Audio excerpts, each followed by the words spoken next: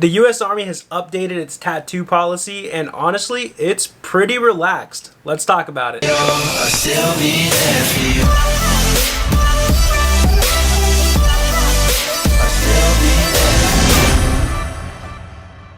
What is up, guys? Ben Allen back again with another video, and in today's topic we're going to be covering the new updated Army tattoo policy, right? I know I'm a little late on this video, right? I got the article pulled up right here. It's from June 23rd, so a little over a month ago, right? But nonetheless, we're still going to cover it just so it's there on YouTube. So if there's new people coming onto the page or just getting interested in the military and they have questions about tattoos, they can know what the new policy is, right? I have a video covering the old policy. These are just kind of like updates to it.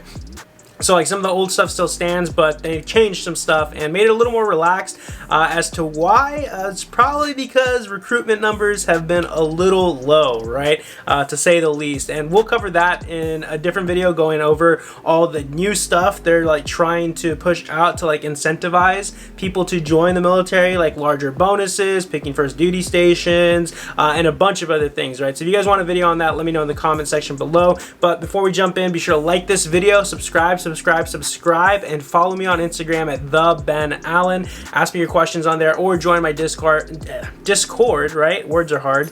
The links for those are in the description box down below. But yeah, jumping into it, guys, we got the article right here. I'm gonna go ahead and read off of it just so it's verbatim and it's not me just telling you what I think it is, right? It's straight up quotes from the people that have made the changes. Right, so they're basically going on to say that tattoos really don't stop readiness, right? Like if you have a tattoo on the back of your neck, okay, cool, that makes you a less effective soldier, right? No, obviously not. So the new rules allow soldiers to have one visible tattoo on each hand, including the palm, and unlimited tattoos between the fingers as long as they are not visible when their hands are closed, right? So if your hand's closed, you can't see them, but if you know what I mean, right? Troops are also authorized to have one ring tattoo on each hand. In addition to the changes for hands, soldiers now may have a single tattoo on the back of the neck that does not exceed 2 inches in all directions, as well as one tattoo behind each ear as long as they do not exceed 1 inch in size or reach forward of the earlobe, right? Tattoos, however, are still forbidden on the face and other parts of the head, with some exceptions for permanent makeup. Tattoos inside the eyelids, mouth, and ears are also still unauthorized, right?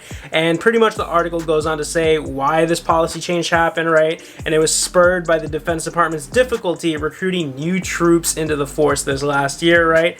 And they go on to say how it's because of the competitive job market, things like that. And they pretty much said that while the tattoo policy before wasn't all that bad, they still had to go through like a large number of waivers. I believe it was like 1,400 waivers for specifically tattoos. You know, like 1,100 of those got approved, but waivers take time, right? Time that recruiters don't have, the Army doesn't have. They don't want to be wasting precious like training days and, you know, risk losing a potential soldier's interest, right? Because if you have to wait weeks to months to join, you know, something else might come up in the civilian world and you're like, hey, you know what, I don't want to join after all. Thanks, appreciate the work you put in, but something better came along. So now with this new policy, hey, okay, cool, you got tattoos on your hands, on your neck, behind your ear, whatever. Hey, we take those. We take those. Let's go. Let's get in here. Sign on the dotted line. You're shipping out tomorrow. And because, I mean, if they're doing that, they're getting pretty desperate. But I guess it's good for service members, right? People that are going to join regardless, because now if they have tattoos already and they were having trouble joining, hey, not anymore. You should be good.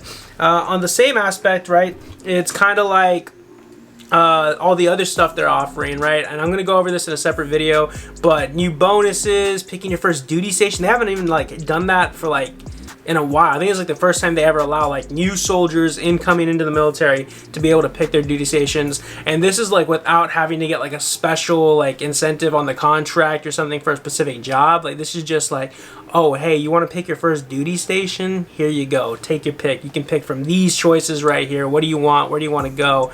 And things like that. But what do you guys think of this new tattoo policy change? Do you think it's good? Do you think it's bad? Me personally, I don't give a shit. If you have tattoos, cool. I don't think having tattoos makes you less of a soldier. I don't think it makes you more unprofessional than somebody else, right? That's a lot of people's big things, like, oh, well, you know, tattoos are unprofessional, but they go on to say in the article that the world's changing, right? Times are changing. The Army's not, you know, back in the 1950s anymore. We're not stuck in the 60s, 70s, 80s, whatever, even the 90s, right? This is 2022. So I think the Army just kind of like evolving with the times is a good thing, right? Because it shows adaptability, and that's one of the biggest things they teach you in the military is how to become adaptable, right? To change with the environment, and I think that's what they're doing, right? Their numbers are low, so what do? They're adjusting, shifting fire, and trying out different things to entice soldiers to enlist.